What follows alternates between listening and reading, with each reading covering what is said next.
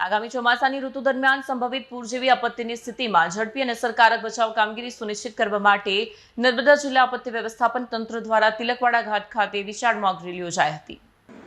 Mock drill દરમિયાન નર્મદા નદીના ઉપરવાસમાં ભારે વરસાદને કારણે ડેમમાંથી તબક્કાવાર પાણી છોડાતા નીચાણવાળા વિસ્તારોમાં પૂર જેવી પરિસ્થિતિ સર્જાયાની કલ્પિત સ્થિતિ ઊભી કરવામાં આવી।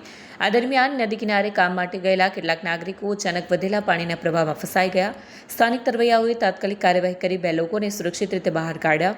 ઘટનાની જાણ ડિઝાસ્ટર કંટ્રોલ રૂમને થતાં તિલકવાડા મામલતદાર દ્વારા સ્થાનિક તલાટી, સરપંચ તેમજ આરોગ્ય વિભાગની સૂચના આપવામાં આવી। ત્યારબાદ તિલકવાડા આરોગ્ય કેન્દ્રની ટીમ એમ્બ્યુલન્સ સાથે ઘટના સ્થળે પહોંચી આપદા મિત્રોની ટીમે પાણીમાં ફસાયેલા વધુ 2 લોકોને બચાવ્યા। બીજી તરફ રાજપીપળા નગરપાલિકાના ફાયર વિભાગની રેસ્ક્યુ ટીમે બોટની મદદથી ઊંડા પાણીમાં ઝાડના સહારે ફસાયેલા 4 લોકોને સલામત રીતે બહાર કાઢ્યા। આ રીતે કુલ 8 નાગરિકોને સફળતાપૂર્વક બચાવી લેવામાં આવ્યા। ઘટનાની જાણ થતાં પોલીસ વિભાગનો કાફલો પણ દોડી આવ્યો। પોલીસે ભીડને નિયંત્રિત કરી નાગરિકોને સાવધાન સલામત સ્થળે ખસેડ્યા।